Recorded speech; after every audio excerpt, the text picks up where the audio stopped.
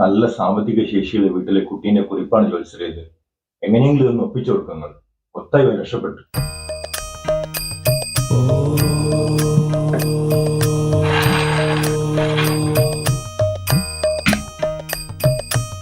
ഈ ജാതകങ്ങൾ തമ്മിൽ ചേരില്ല, ചേർക്കാൻ പാടില്ല. ഈ ജാതകത്തിൽ പറയുന്ന ആളെ വിവാഹം ചെയ്താൽ താലികെട്ടി വീട്ടിലെത്തുന്നതിന് മുൻപേ നിങ്ങൾ അപകടത്തിൽപ്പെട്ട് മരണപ്പെടും. അയ്യോ, ഇതിന് പരിഹാരമില്ല ജ്യോത്സ്യരെ. മരണത്തിന് പരിഹാരമോ? ഈ ലോകത്ത് രണ്ട് സത്യം മാത്രമേ ഉള്ളൂ.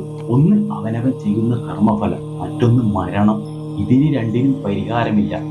ഈ ജാതകത്തിൽ പറയുന്ന പെൺകുട്ടിക്ക് കല്യാണ യോഗം കാണുന്നില്ല. അങ്ങനെ അതും പോയല്ലേ? അല്ല, ജ്യോതിഷ മാന്ത്രികനായ അങ്ങെന്താ ഇതുവരെ വിവാഹം ചെയ്യാഞ്ഞത്?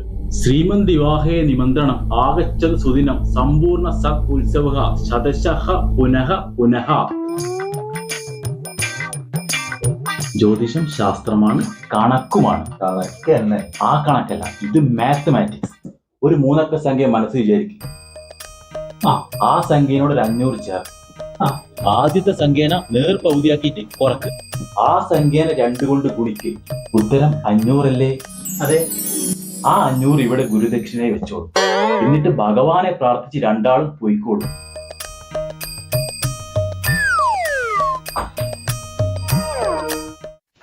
എടാ, നീ അറിഞ്ഞാ അന്ന് നമ്മള് കുറുക്ക് നോക്കിയ പെണ്ണില്ലേ കല്യാണ യോഗം ഇല്ലാന്ന് ജ്യോത്സ്യര് പറഞ്ഞേ? അവളെ കല്യാണായി. ആരാ കഴിക്കുന്നറിയാ പെണ്ണിനെ? നമ്മളോട് കല്യാണ യോഗം ഇല്ലെന്ന് പറഞ്ഞ ജ്യോത്സ്യരല്ലേ? അതേ ജ്യോത്സ്യരന്നെ. കൊള്ള ബെടുവ.